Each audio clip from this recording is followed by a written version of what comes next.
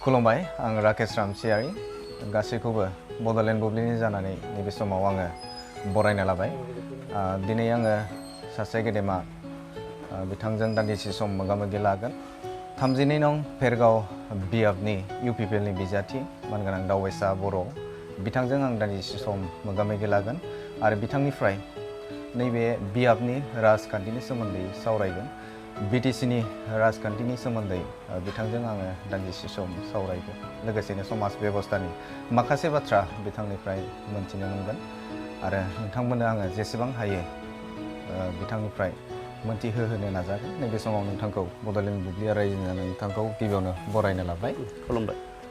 आथिखालाव COVID-19 नि जे मोनसे थासारि सोमजिगासिनो बारानिफ्राय बारा मोनसे जिहेतु आसामावबो गोबां बे नैबे भाइरासजों साग्लोबसारबाय दा बे बेलायाव नोंथाङा मा बुङो गिबियावनो आङो बड'लेण्ड बुब्लि नायगिरि गासैनिसिमबो आंनि गोसो गोरबोनिफ्राय 32 नं भेरगाव BTC समस्ति जानानै गोसो गोरबोनि हामलायनायखौ जासिबाय दा नैबे समाव COVID-19 एबा जायखौ जोङो कर'ना भाइरास होननानै मिथिगौ बे कर'ना भाइरासनि साग्लोबनायखौ जोङो नुनो मोनदों गाहायै आसामाव नैबे मे दाननि गेजेराव बांसिनै साग्लोबसारनायखौ जों नुनो मोनदों आरो बेनि साग्लोबसारनायनि जिखिना बेरामा जों गाग्लोबजाबाय साग्लोबसारनानै बे गाग्लोबजानाय बा साग्लोबसारजानाय जेसेबांखिनि सुबुं दङ बांसिनानो क्वारन्टाइन हमाव थानाय जायफोरखौ आसामनिफ्राय बायजो रायजोआव थानाय खामानि मावनो थांनाय बा फरायनो थांनायानो होन बा गुबुन गुबुन खामानिनि थाखाय बायजोआव थांनाय बिथांमोनखौ लानानै फैदोंमोन आरो बे लाना फैनानै क्वारन्टाइनाव दोननाय जि बिथांमोननिफ्रायनो नैबे बेरामा साग्लोबनायखौ जों नुनो मोनदों आरो नैबे समाव आङो बेखौनो खावलायनो लुबैदों जिहेतु आसामनिफ्राय आरो जोंनि BTR ओनसोलनिफ्रायबो गोबां सुबुङा खामानि एबा गोजौ सोलोंथाइनि थाखाय नङाबा गुबुन गुबुन खामानिनि थाखाय बायजोआव थांनानै दंहैयो बिथांमोना जाहाथे गोनांथार बा बै जायगायाव जेंनाद्राय सोमजियाखैब्ला हानायसिम आसामाव फैफिनियानो मोजां होननानै आं खावलायनो लुबैयो बिथांमोनखौ मानो होननानै बुङोब्ला बावैसो सिगां आसामनि स्वास्थ्य मन्त्रि डक्टर हिमन्त बिश्व शर्माया बुंदोंमोन जे जाय जायगानिफ्राय सुबुंखौ लाना फैदों बै जायगायाव कर'ना भाइरासआ जायाखैमोन नाथाय हयथ' लामायावनो जाना फैदों नामा गारि गुरायाव फैनायाव बिदि मोनसे सासपेक्ट बा बिदि सन्देह खालामना बिथाङा खोथा बुंदों थ' बे हिसाबैब्लाथ' जायफ्रा जाय जायगायाव दङ बै जायगायावनो जुदि रैखाथि गोनांब्ला आंनि बायदिब्ला बिथांमोना आसामाव फैफिनियानो साबसिन जागोन बायदिखौ आं नुहुरदों आथिखालाव जिहेतु BTC इलेक्सन थामहिनबा जानो गोनांमोन 4 एप्रिलाव नाथाय बे नैबे COVID-19 नि थाखाय बेखौ फासयनाय जादों आरो नैबे समाव कर'ना भाइरासबो दा बे समाव बे इलेक्सननि जे थासारि नोंथांमोननि समस्तियाव दा माबायदि जानानै दं नंगौ नैबे समाव जोबोद मोनसे होंगो दोंगो एबा मोनसे गोनो गोथो मोनसे थासारियाव सफैबाय 4 एप्रिलाव जानो गोनांमोन बिसायख'थिया 8 एप्रिलावनो माने भट जानायाबो जानो गोनांमोन आरो रायजो राजाया बयबो लुबैदोंमोन जे 8 एप्रिल खालिनिफ्राय BTC आव गोदान मोनसे सोरखार गोदान मोनसे दैदेनगिरि गोदान सान्थौजों BTC आ गासैनिबो थाखाय डेभेलपमेन्ट एबा जौगानाया फैसिगोन होनना नाथाय सारा बिश्वआवनो एबा सारा बुहुमावनो जितु बे कर'ना भाइरासनि साग्लोबसारनाया जाबाय ओंखायनो भारत सरकाराबो बे लकडाउनखौ फोसावनानै होबाय आरो जोंनि बिसायख'थिया जानो गोनां जि 4 एप्रिलमोन बेखौबो अनिर्दिष्टकाल माने थि मुंख'नाय गैयै थारिखसिम फासयनानै दोनथ'बाय दा नैबे समाव आं नायदों जोंनि 32 नं भेरगाव BTC समस्तियाव जोंनि रायजो राजाफ्रा दासिमबो जोंनि इउनाइटेड पिपल्स पार्टी लिबारेल एबा UPPL दोलोजोंनो दङ जुदिअ जोङो गोबां गिदिर गिदिर मेल मिटिं खुंनानै केम्पिं खालामनो दासिम हाथ'वाखै आरो जों खालामाखैबो दा बे हिसाबै बिथांमोना UPPL खौनो नेनानै दङ आरो बिथांमोना UPPL नि दारैनो सरकार खुंजानायखौबो लुबैदों आरो नैबे समाव जिहेतु जोंनि नैबे भेरगाव साब डिभिजन एबा जोंनि ओनसोलाव बो गोबां बायजोआव थांनानै खामानि मावहैनाय दङ आरो बिथांमोनखौबो लाबोनाय जाहैबाय आरो बिथांमोनखौ दिनै क्वारन्टाइन जेराव बनायनाय जादों दा बेहाय दोननाय जादों बे हिसाबै रायजो राजाफ्राबो गिनायखौ बांद्राय नुवाखै आङो नाथाय सांग्रांथिया दङ जोंनि ओनसोलाव दा नोंथाङा राजखान्थियाव फैनायनि सिगाङाव मा मावोमोन आङो राजखान्थियाव फैनायनि सिगां दुलाराय बर' फरायसा आफादनि आङो आनसलिक कमिटि आरो उदालगुरि जिल्ला एबसुनि गुबुन गुबुन बिबानाव आङो खामानि मावदों 2005 एबा 2005 मायथाइनिफ्राय 2015सिम आङो दुलाराय बर' फरायसा आफादावनो गुबुन गुबुन बिबानाव आनसलिक आरो जिल्लानि गुबुन गुबुन बिबानाव खामानि मावनो खाबु मोनदोंमोन आरो 2005 सनाव आङो आनसलिक एबसु खाग्राबारि आनसलिक एबसुनि आङो आफादगिरि बेनिफ्राय 2007निफ्राय 2015सिम उदालगुरि जिल्ला एबसुनि गिबियाव आङो ब्रैथि नेहाथारि बेनि उनाव बुंथिगिरि बेनि उनाव गाहाय नेहाथारि आरो बेनि उनाव लेङाइ आफादगिरि महरै आङो खामानि मावनो खाबु मोनदों 2015सिम नोंथाङा नैबे राजखान्थियाव फैनायनि बिखेक माबाफोर जाहोन दं नामा? एक्सुवेलि आं गाव हारसिङै राजनितियाव फैनायनि जेबो प्लानिं बा बिथांखि एबा परिकल्पना गैयामोन नाथाय थांनाय 2015 सनाव 2015 सननि जि मोनसे थौमोन जे सोलायनाय नांगौ जोंनो परिबर्तन नांगौ बे परिबर्तननि थाखाय बिजाथिखौबो जोंनो सोलायनाय नांगौ आरो सरकारखौबो सोलायनाय नांगौ बे मोनसे थौआव जोंनि ओनसोलनि भेरगावबासि हिसाबै बिथांमोना आंखौ बिजाथि जानांगौ होननानै खावलायनानै लाबोदों दा बे हिसाबै आङो हरखाबैनो राजनितियाव आगान होनाय बायदि मोनसे थासारि आङो सोमजिफैदों जिहेतु गोबां राजखान्थि हान्जा दं बै समावबो बिजेपि दं बिपिएल दं रुलिं पार्टिमोन 2015 नाथाय नोंथाङा नैबे लामाखौ सायख'नाय बा इउपिपिएलआव योगदान होनायनि बिखेक खारन नंगौ नोंथाङा जि मोनसे सोंथि सोंबाय जोबोद मोनसे ओंथि गोनां आरो साफ्रोमबो राजखान्थि माने दोलोआव हाबनाय सुबुंफोरनि थाखाय बे मोनसे गोनांथार सोंथि मानो होननानै बुङोब्ला रुलिं पार्टि एबा खुंथाय हान्जानि दोलोआव जइन जायालासेनो आङो इउपिपिएल हिसाबै जइन जानाया मोनसे सोंथि जानानै दङ दा बे आं बुंगोन जे जिहेतु राजनिति दोलोआ समाज मोनसेखौ फोसाबनो थाखाय समाज मोनसेखौ जौगाहोनो थाखाय सुबुं माहारिखौ जौगाहोनो थाखायसो राजनिति दोलो जायो आसलते राजनिति दोलोआ पेसा नङा राजनिति दोलोआ पेसा जायोब्ला सुबुं माहारिनि जेबो जौगानाय खामानि लाबोनानै होफैनो हाया दा आं बिदि गोबां दोलोखौ नायबाय बिजेपिखौ आं नायदों नंगौ बिथांमोननि दोलोआ गोबां थांखि थानो हागौ नाथाय बिथांमोननि थांखिफ्रा बांसिनानो राष्ट्रीयबादि रिजनेल बिथांमोना बांसिन आश्रय होआ बा रिजनेल जि साननाय बे साननायखौ बिथांमोना जायगा होआ बिथांमोननि साननाया नेशनेलिज्म बेनि उनाव कंग्रेसआबो बिदिनो आरो बेनि उनाव जोंनि आसामाव बिदि रिजनेल दोलो जों बायदि गुबुन गुबुन संगठननिफ्राय फैनाय सुबुङा जइन जाथावथाव रिजनेल पार्टि ओनसोलारि राजनिति दोलो आं नुवाखिसै बड'लेण्ड पिपल्स पार्टि एबा बिपिएफखौ जोंनि बिटिसिआव खुंथायखौ जों नायबाय थादों बिथांमोननि जि सासन बेबस्था बिथांमोननि जि मावनायनि नीति बिथांमोननि जि आदर्श बे नीति आरो आदर्शखौ आं नायदों बिथांमोननि नीति आरो आदर्शआ जोंनि ओनसोलनि जौगानायनि थाखाय सुबुं माहारिनि जौगानायनि थाखाय साबजाथाव जायाखै ओंखायनो आङो बे गुबुन गुबुन दोलोखौ बाद होनानै जोंनि इउनाइटेड पिपल्स पार्टि लिबारेल बै समाव जोंनि राज्य सभानि बारग' एमपि मानगोनां इउजि ब्रह्म सार बिथाङा आफादगिरिमोन बे समावनो आङो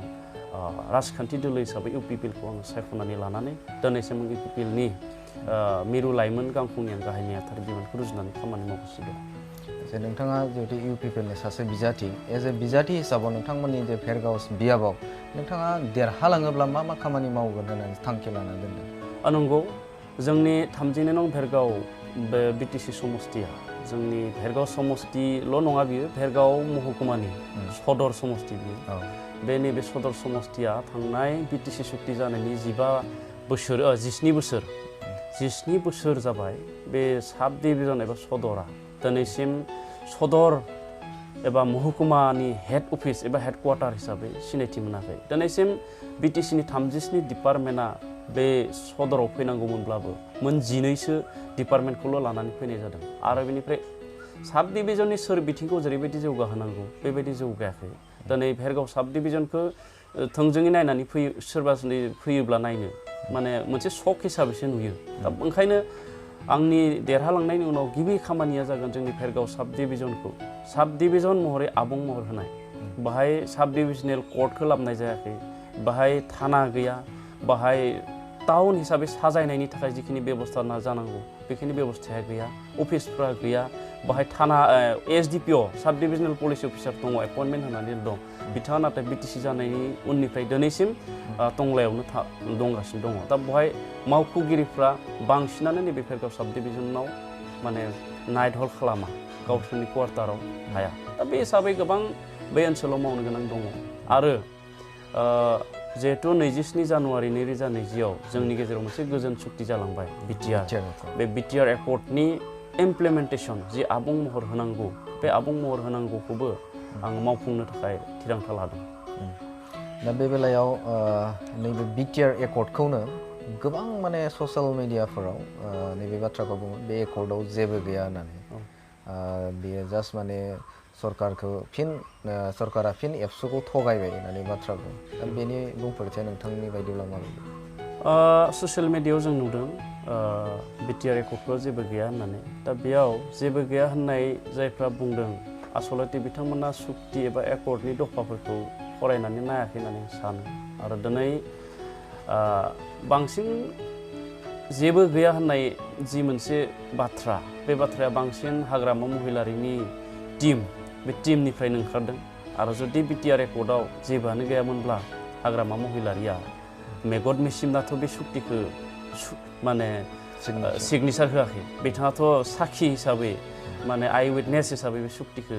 सुइ होदों आरो बिथाङानो अखानायै बुंदोंमोन सुक्ति जानायनि अखानायै जे बिटिआर सुक्तिनि मोनफ्रोमबो दफाखौ जुदि मावफुंनानै होनो हायोब्ला बर'फ्रा जायखौ लुबैबाय थादों बड'लेण्ड बे बड'लेण्डआ जाफुंगोन आरो बेखौनो उल्थायै साननै सानथामनि उनाव बुंफिनबाय मा बिटिआर सुक्तियाव जेबो गैया दा जेबो गैया होनना बुंनाय आरो मावफुङोब्ला जौगानाय दा बेयावनो मोनथियो जे बिथांमोना बेखौ लानानै राजनिति खालामबाय थादों आसलते आं खावलायनो लुबैयो बिटिआर सुक्तिखौ लानानै जाहाथे रावबो राजनिति दा खालामथों आरो दिनै बिटिसिआव जायफ्रा बिसायख'थि बादायदों देरहालांनायनि उनाव बिटिआरनि थाखायनो खामानि मावनांगौ आरो बिथांमोना दिनै बिटिआराव जेबो गैया होननानै बुंदोंब्ला गाबोन देरहालांनानै बिटिसिनि 37 डिपार्टमेन्टखौ लानानैनो खामानि मावगोन ना बिटिआराव मोननाय 67 डिपार्टमेन्टखौ लानानै खामानि मावगोन दा बिथांमोना दिनै गावनो गोनो गोथो जास्ट माने जायफोर सुबुं जायफोर साधारन रायजो राजा बे रायजो राजाखौ गावसोरनि आखायाव लांनो थाखाय हाग्रामा महिलारिनि टीमासो बे बिटिआर सुक्तियाव जेबो गैया होननानै बुंगासिनो दं नोंथांनाव सोंनो लुबैदों जिहेतु नोंथां भेरगाव बियाबाव नोंथांजों जुजिलायनाया सोरजों जागोन बायदि नोंथाङा सानो नैबे भेरगाव बियाबाव बिजाथिया जोंनिया गासै 7 UPPLनिफ्राय आं थाबाय BPFनिफ्राय दङ आरो BJPनिफ्राय दङ आरो भटार्स पार्टिनिफ्राय दङ दिनैसिम आङो नैबे भेरगाव समस्तियाव जेसेबांखिनि खामानि मावबाय दिनैसिम आंजों जइन जागासिनो दङ आंजों माने जोंनि UPPL दोलोजों जइन जागासिनो दङ सानफ्रोमबो जइन जायो दा बे हिसाबै आं दिनै नुदों जे UPPLखौ कन्टेस्ट खालामनो हानाय UPPLजों फेर फाथिनो हानाय जुजिनो हानाय नैबे भेरगाव समस्तियाव दासिम गैथ'वा फैयोब्ला खोब खम भट लानानै BJPनि बिजाथिया सेकेन्ड पजिशनाव फैनो हागौ आरो BPFआव अरायसम थार्ड पजिशनाव थागोन आं नोंथांनाव मोनसे सोंनि जिहेतु थांनाय 2015आव PCDR जानानै मोनसे हिउसाव मोनसे सोलायनांगौ होननानै मोनसे थासारि फैदोंमोन जिहेतु सोलायनांगौ रायजोफोरखौ खावलायनाय जादोंमोन PCDR दानानै मोनसे सोलायथाय मोनसे सरकारखौ सोलायनाय मोनसे दोहौ मोनसे जादोंमोन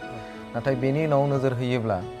BPFआ सरकारखौ नाथाय बैनि फेइलर मोनसे जादों दा नैबे बिसायख'थि जिहेतु BTCनि जे बिसायख'थि जानो थांगासिनो दा बेवहाय BPFआबो रुलिं पार्टियाव बिथांमोना दङमोन नैबे समाव UPPLआ दाबि जनायदों जे बे बाराव सरकार खुंगोन होननानै दा बैनि थासारि आरो बेनि थासारि मा बुंनो सानो नोंथाङा 2015 सननि जि थासारि आरो नैबे 2020 सननि जि थासारि बेयाव गोबां फाराग दङ राजनैतिक भाबैबो फाराग दङ आरो बेनिफ्राय जि मोनसे थौ बा वेब बेनि बिथिंनि फारसेबो फाराग दङ राजनैतिक फारसे फारागा बेनो जे 2015 सनाव BPFजों जुजिनाय थाखाय जोंनि गेजेराव मोनसे आबुं राजनैतिक दोलो गैयामोन PCDRआ जास्ट मोनसे क'अर्डिनेसन कमिटिसोमोन गुबुन गुबुन दोलो गुबुन गुबुन सुबुंखौ लानानै बेवहाय गुबुन गुबुन दोलोनि सुबुं थानायलाय साननाय हनायफ्राबो खनसे बा थोंजों बा मोनसे लामाजों लांनो एसे उसुबिदा जादोंमोन आरो बै समाव हाग्रामा महिलारि बिथाङा PCDR नि जिफोर बिजाथिफोर एबा PCDR नि जिफोर दैदेनगिरिफोर आरो PCDR खौ जायफोर बर'नि संगठनफ्रा बै समाव मदद खालामदोंमोन बे समाव मोनसे ब्लेमखौ होनानै बिथाङा एन्टि केम्पेइन खालामदोंमोन बे जाबाय बड'लेण्ड इस्यु जे PCDR खौ देरहाहोरोब्ला बड'लेण्ड जागोन बड'लेण्ड जायोब्ला बड'लेण्ड ओनसोलाव थानाय गुबुन गुबुन हारिखौ होखारहरगोन ओंखायनो PCDR नि बिजाथिनो जाहाथे भट होनाङा बे मोनसे थासारियाव बिथाङा 2015 सनाव देरहालांदोंमोन नाथाय नैबे 2020 नि जि मोनसे राजखान्थि थासारि बे राजखान्थि थासारिया आबुङै जुदाया जाबाय मा दिनै UPPL आ मोनसे आबुं राजखान्थि महरै गसंथिबाय आरो 2015 सनाव बिकल्प दल हिसाबै नागिरदोंमोनब्लाबो गुबुन गुबुन हारिनि सुबुंफ्रा मोनाखैमोन नाथाय दिनै 2020 आव बिकल्प दल एबा अल्टारनेटिभ पलिटिकेल पार्टी BTC आव बे हिसाबै UPPL खौ बिथांमोना सायख'नानै लाबाय आरो दिनै हाग्रामा महिलारिया UPPL खौ ब्लेम होनो हाला UPPL खौ मानो ब्लेम होनो हाला होनब्ला दिनै बड'लेण्डनि आन्दलना दिनै गैलिया आरो दिनै UPPL नियाव BTR सुक्तिनि जि दफाफोर बे दफाफोरखौ इमप्लिमेन्टेसन एबा आबुं महर होनांगौनिसो इस्यु दङ आरो थोंजोङै नायनो थाङोब्ला दिनै हाग्रामा महिलारिनियाव जेबो इस्यु गैया दिनै UPPL नि आखायाव इस्यु दङ ओंखायनो दिनै 2020 नि जि बिसायख'थि बे बिसायख'थियाव BTC आव एबा BTR खौ UPPL आनो सलायनो थाखाय हागोन एबा खाबुखौ मोनगोन आरो रायजो राजाफ्राबो होनो थाखाय थियारि जानानै दं नैबे BTR एकर्ड जिहेतु जानानै थांबाय नैबे 27 जानुवारि बे जाना थांबाय दा बेवहाय नैबे बेलायाव UPPL आ जुदि सरकार खुंनो हायाब्ला बे BTR एकर्डआ माबाफोर इफेक्ट गोलैगोन नामा नाय BTR एकर्डआ दिनैसिम भारतनि केबिनेटजों पास जानाय आसामनि केबिनेटजों पास जानाय दा बे हिसाबै BTR खौ बोरैबाफोर UPPL आ दैदेननो हायाब्ला एबा BTR सुक्तिनि जिफोर सहि खालामगिरिफोर बिथांमोना जुदि दैदेननो हायाब्ला BTR एकर्डखौ हाग्रामा महिलारिया जेबो खालामनो हानाय नङा होननानै आं सानो आरो हानाय नङा थारैनो मानो होननानै बुङोब्ला BTR एकर्डआ इतिमध्ये इमप्लिमेन्टेसन जाबाय नै कर'ना भाइरासनि सिगां जि आसामनि जि मोनसे एसेम्ब्लि बे एसेम्ब्लियाव केबिनेट मोनसे पास जादों जों बयबो नुदों क'क्राझाराव थानाय फाइन आर्ट्स कलेजआ प्रभिन्सियेलाइजेसन जाबाय बेबो BTR सुक्तियावनो दंमोन बेनि उनाव कमिसन दानानै जितु एरिया एक्सटेनसननि बाथ्रा जोंनि दानि पासनयनिफ्राय हलंगिसिम लांनाय जि मोनसे बाथ्रा बेयो कमिसना दानो थाखाय पास जानानै दङ आरो बेनिफ्राय सेपारेट डाइरेक्टरेट फर बड' एन्ड आदार ट्राइबेल लेंगुवेजेस बेयो जोंनि BTR सुक्तियाव दंमोन बेखौबो दानो थाखाय पास जानानै दङ दा बे हिसाबै BTR सुक्तिया इतिमध्ये मोनब्रैसो बिथिङाव इमप्लिमेन्ट जाखाबाय दा बे हिसाबै बेखौ होबथानो हानाय दोलो बा सुबुं UPPL आ सरकार दानो हायाब्लाबो फैगोन होननानै आं साना नैबे समाव जिहेतु एरिया एक्सटेनसननि बाथ्रा बेवहाय मख'नाय दङ बा नैबे एकर्डआव नाथाय बियो जा समाव जानांगौमोन बा नैबे समाव गोलाव सम जाबाय जाखिनि आग बारायनांगौ बे आग बारायाखै दा बे बेलायाव गोबां सुबुङानो बुंनो नागिरो जे बेवहाय जायगा बारायनाया बहा बिदि सोंथि सोंनो नागिरो दा बे बेलायाव बै इलेक्सनखौ लानानै बे एकर्डआ माबाफोर लिंक दं नामा इलेक्सनखौ लानानै एकर्डआ जेबो लिंक गैया एकर्डआनो भारत सरकारा बुंदों जे दासिम थोंजोङै सेपारेट स्टेट क्रिएसन खालामनाय पलिसि आपातत' गैथ'वा ओंखायनो नैबे BTR आं बुंगोन नैबे BTR आ बड'लेण्ड टेरिटरियेल रिजन बेखौ जों जुदि गोबां मोजाङै बिजिरनानै नायोब्ला बियो सेपारेट स्टेटनिख्रुइबो मोजांसिन बायदि मोनसे एकर्ड बियो मानो होननानै बुङोब्ला ओनसोल मोनसेया बुजायदों गुवार मोनसे जायगाखौ स्टेट मोनसे बा मोनसे बाउन्डारि थायो दिनै जोंनियाव बाउन्डारि नि बाथ्रा मुंख'वाखै ओनसोल हिसाबै बुंनाय जादों दा बेयाव BTR एकर्डखौ इलेक्सनखौ नेनानै इमप्लिमेन्ट खालामगोन बे नङा अलरेडि कमिसन दाखाबाय मात्र नैबे कर'ना भाइरास बेनि कारनाव बे माने कमिसनखौ खामानियाव बाहायनो हायाखै आरो BTC इलेक्सना जिहेतु फासयनो गोनां जाबाय बेवहाय नैबे सीमा बारायनाय बा एरिया एक्सटेनसननि खामानिखौबो मावथ'नो हायाखै आं फोथायो जायफ्रा सुबुं माने नैबे एरिया एक्सटेनसनखौ लानानै बेले बेजे बाथ्रा बुंबाय थादों बिथांमोना मोजाङै मोनथिगौ जे BTC सुक्तिखौबो कमिसन मोनसे दानानै नायगिदिंनाय जादोंमोन एरियाखौ आरो नैबेहाय एकर्ड जानायनि उनाव कमिसन दादों एसे सोलाय सोल'ल' जादों दा ओंखायनो एरिया एक्सटेनसन जानाय नङा होननाय बहाय जेबो गैया दा बेवहाय आङो आफादगिरिनि एसे बाथ्रा बुंनि UPPL नि जा आफादगिरि दा बेवहाय खायसे पलिटिकेल लिडारफोरा BPF नि दा बिथांमोना बुंनो नागिरो जे एबसुनि आफादगिरि प्रमद बर'आ नैबे जायबा UG ब्रह्म सिगाङाव UG ब्रह्म दं बेखौ गाख्लायनानै गाव माने सिप जानो थाखाय आफादगिरि जादों होननानै दाबि जनायबाय थायो दा बेनि बेलायाव नोंथाङा मा बुंनो नागिरो नैबेथ' बे BPF नि मोनसे खैसार माने आं बुंगोन बेखौ रिउमार नंखाय फोसावनाय नंखाय बांसावनाय मानो होननानै बुङोब्ला दानि UPPL नि जोंनि आफादगिरि प्रमद बर' सार बिथाङा थोंजोङै आं आफादगिरि जानोसै होननानै बिथाङा जायाखै जोंनि UPPL दोलोनि गुबुन गुबुन बिबानगिरि आरो दैदेनगिरि लोगोसे जोंनि UPPL नि गायसनगिरि आफादगिरि रायजो सभानि बारग' MP मानगोनां UG ब्रह्म सार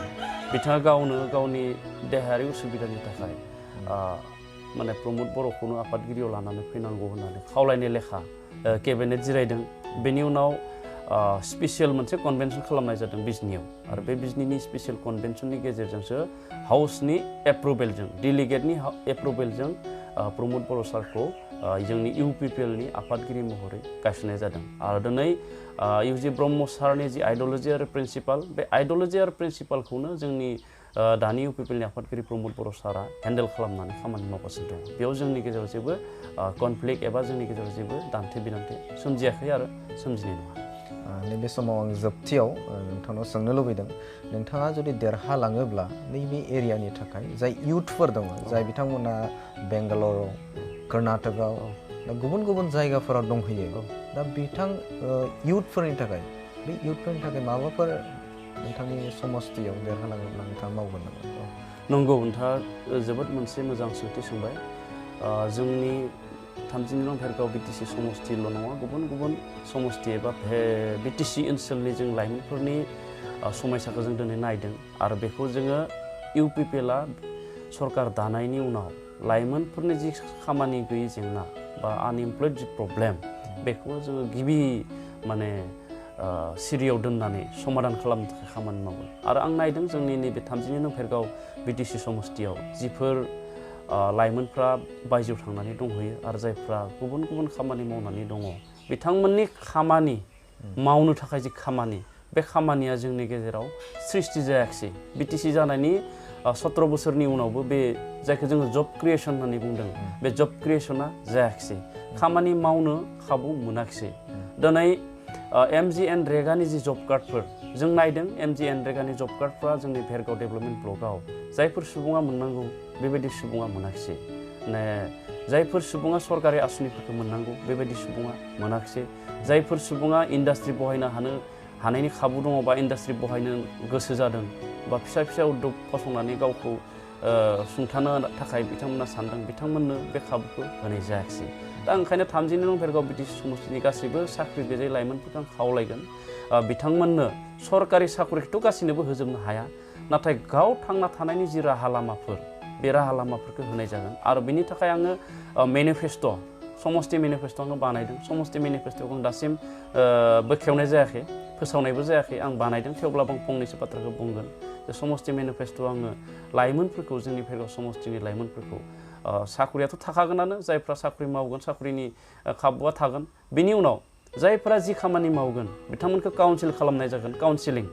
बिथांमोना मा खामानि मावनो आरो काउन्सिलिं खालामनानै बिथांमोना जुदि सोरबाया इन्डास्ट्रि बहायनो नागिरदों बा इन्डास्ट्रि बहायनो नागिरदों बेनि सायाव बिथांमोननो फोरोंथाय होनाय जागोन ट्रेनिं होनाय जागोन बेनि उनाव सोरबा जुदि डायरि फार्म खुलिनो नागिरदों सोरबा पिगारि फार्म सोरबा ब्रयलार फार्म बिदिनो बायदि सोरबा आबाद मावनो लुबैदों बिथांमोनखौ डिपार्टमेन्टनि